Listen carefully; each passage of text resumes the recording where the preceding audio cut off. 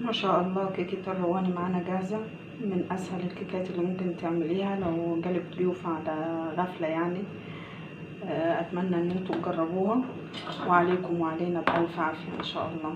زي ما احنا شايفين ما شاء الله طرية وهشة وشاربة الشربات كله.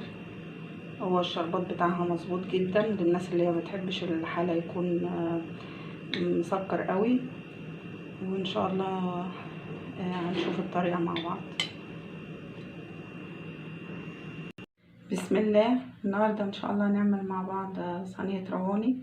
مقادير بسيطة جدا وطريقة سهلة، ما بتاخدش حوالي نص ساعة، اسهل من البسبوسة كتير وما فيهاش بقى نسبة فشل كتيرة.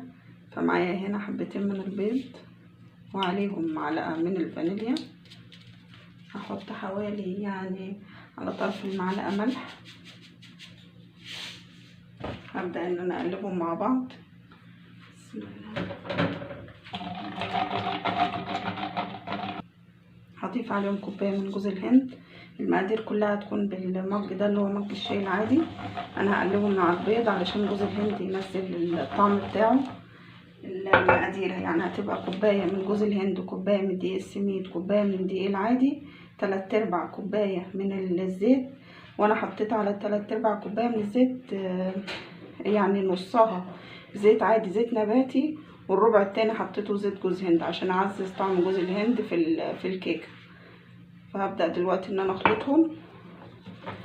هيبقى كوبايه من دقيق السميد، كوبايه من الدقيق العادي، كوبايه من جوز الهند، و3/4 كوبايه سكر.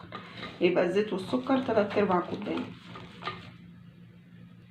هضيف عليهم دلوقتي 3/4 كوبايه من السكر العادي، واقلبهم برضو لغايه ما السكر الحبيبات بتاعته تختفي. بسم الله. هضيف عليهم كوبايه الحليب، وهضيف معاها 3 يعني حوالي علبه زبادي من اللي هي 170 جرام. بسم الله. لو عندي معلقتين 3 قشطه من وش اللبن، انا هنا عندي او قشطه اللي هي المعلبه، عندي هنا علبه قشطه بوك او جيمر. دلوقتي انا ضفت الزبادي واللبن، هبدا اخلطهم مع بعض كويس، وبعدين هيبقى باقي عندي بس الدقيق والسميد، كوبايه دقيق وكوبايه سميد. خلطت كل المكونات السائله مع بعض. هنزل دلوقتي بكوبايه الدقيق، ووراها على طول كوبايه السميد، وهنزل معاهم بمعلقه كبيره من البيكنج باودر، وابدا اخلط المكونات واصبها في الصينيه. بسم الله. المكونات كلها خلطتها، وده القوام اللي انا عايزاه، يكون قوام لين كده. يا جماعه اللي ما عندوش زيت جوز هند يعمل 3/4 كوبايه زيت عادي، زيت نباتي عادي. كمان اللي ما عندوش قشطه عادي يعني ممكن يزود بس اللبن شويه.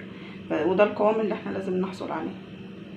هبدا دلوقتي ادهن الصينيه بالسمنه، وانا شغلت الفرن على حراره 180. هتدخل في الفرن حوالي نص ساعه على ما نجهز لها الشربات. دهنت صينيه مقاس 30 عندي بالسمنه كويس جدا. هبدا اصب الخليط فيها. اللي بيحب السمك بتاعها هيكون عالي شويه يا جماعه يعملها في صينيه اقل، لكن انا بحب سمكها رفيع يعني زي البسبوسه كده. فكل واحد على حاجه يعني، ممكن الصينيه تكون اقل من المقاس ده. اصبها وادخلها في الفرن. زي ما قلت يا جماعه زيت جوز الهند جميل جدا مع الحلويات وحتى في الطبخ برضو. هو بس ما بيظهرش طعمه غير في الرز، وفي الحلويات طبعا بيظهر طعمه. وهو زيت صحي زي زيت الزيتون وكده. فياريت ان احنا ندخله في مطبخنا ونستعمله.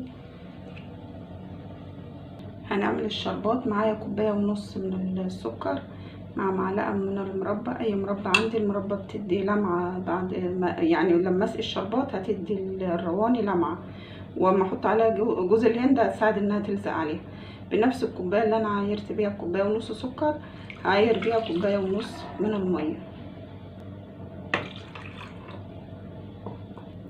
هضيف عليهم عصره من الليمون وارفعهم على النار يا دوبك يغلوا وخلاص، واطفي عليهم.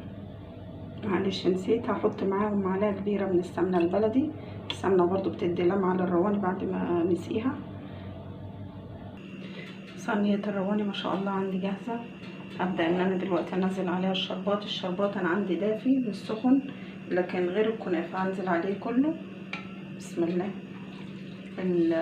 بالنسبة للشربات انا بصفيه بالمصفى عشان المربى اللي كانت عندي كان فيها بذور، فعشان ما ينزلش على الوش. وهسيبها حوالي كده نص ساعة تشرب الشربات، وبعدين ازينها بجوز الهند ونقدمها ان شاء الله. بسم الله. بالنسبة للحلويات اللي هي بتتسقي بالشربات لازم يا جماعة ان احنا نديها لون كويس قوي في الفرن، علشان لما بنسقيها بالشربات بتفتح، لونها بيفتح، فلازم ان احنا نسقيها كويس قوي. اسفة، نسويها كويس وتاخد لون كويس في الفرن. هزينها دلوقتي بجوز الهند وابدأ اقطعها معاكم.